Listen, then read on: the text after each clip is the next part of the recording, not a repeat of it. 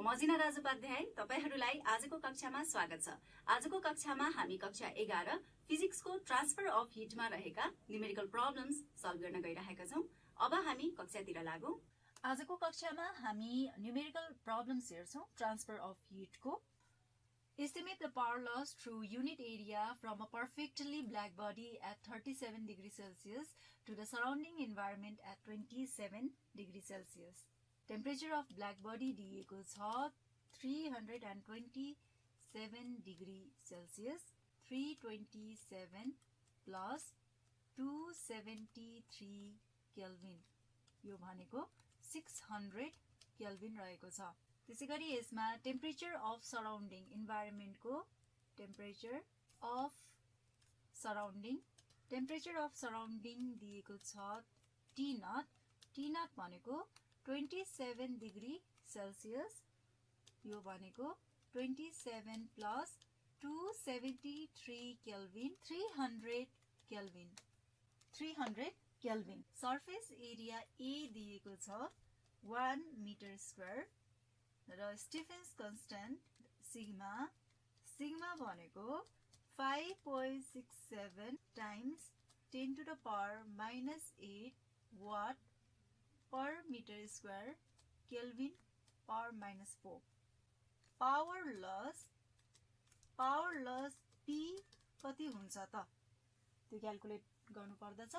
यसको लागि we have power loss P भनेको सिग्मा AT को पावर 4 माइनस T नट को पावर 4 हुन्छ र यो value 5.67 times 10 to the power minus 8, A भनेको 1 टाइम्स T को पावर 4 भनेको 600 को पावर 4 माइनस T नट भनेको 300 को पावर 4 हुन्छ। अब यो आन्सर चाहिँ वाटमा आउँदछ। यसको पावर भनेको 6.8 times 10 to the power 3 watt जति चाहिँ पावर चाहिँ आउँछ। दोस्रो क्वेशन रहेको छ the sun is a black body of surface temperature about 6000 kelvin. If the sun's radius is 7 times 10 to the power 8 meter, calculate the energy per second radiated from its surface. Stephen's constant दिएको छ 5.7 times 10 to the power minus 8 watt per meter square Kelvin को power minus 4. Radius of the sun दिएको छ 7 times 10 to the power 8 meter. Temperature of the sun दिएको छ 6000 Kelvin. Stephen's constant दिएको छ 5.7 times 10 to the power minus 8 watt per meter square Kelvin को power minus 4. We have power भनेको sigma AT को power 4. So A भनेको 4 pi R square T को power 4.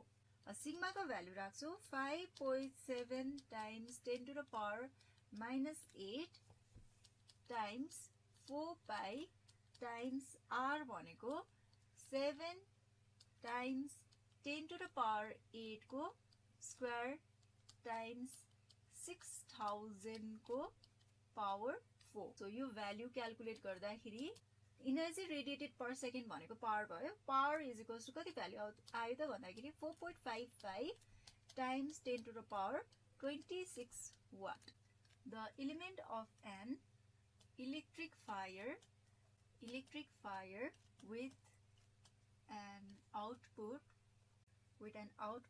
of 1.5 kilowatt is a cylinder of 0.3 meter long and 0.04 meter in radius. Calculate its temperature if it behaves as a black body. The element of an electric fire with an output of 1.5 kilowatt is a cylinder of 0.3 meter long and 0.04 meter in radius. Calculate its temperature if it behaves as a black body. अब यसमा हामीले temperature find out गर्नु पर्यो। Electric fire को power दिएको छ power of electric fire यसमा 1.5 kilowatt, यो भनेको 1500 वाट। लेन्थ अफ सिलिन्डर दिएको छ, length of cylinder L 0.3 metre. Radius of cylinder दिएको छ 0.04 मिटर। स्टिफेन्स कन्स्टेन्ट दिएको छ सिग्मा 5. स्टिफेन्स कन्स्टेन्ट भनेको कति हुन्छ 5.67 times 10 to the power -8 watt per metre square केल्भिनको पावर -4। अब यसमा हामीलाई temperature of the cylinder calculate गर्नुपर्ने छ। T को भ्यालु चाहिँ कति हुन्छ? Temperature of the cylinder T is equals to what? We have power को भ्यालु, पावर P भनेको सिग्मा A T को power 4।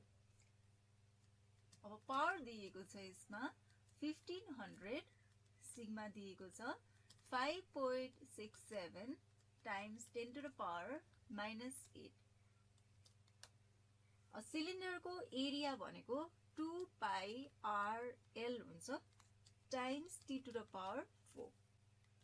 1500 is equals to 5.67 times 10 to the power -8 times 2 pi times सिलिन्डरको length 0.3 छ र त्यसको radius 0.04 times T to the power 4। T को power 4 भनेको 1500 divided by 5.67 times 10 to the power -8 times 2 pi times 0.3 times 0.04 हुन्छ। So T को value यसमा आउँदाखेरि 3.51 टाइम्स 10 to the power 11 को 1/4 निकाल्नु पर्यो। त्यो भनेको चाहिँ 770 केल्भिन। 770 केल्भिन चाहिँ temperature of the element of an electric fire which behaves as a black body. So यति टेम्परेचर चाहिँ हुन्छ। A slab of stone of area 0.36 meter square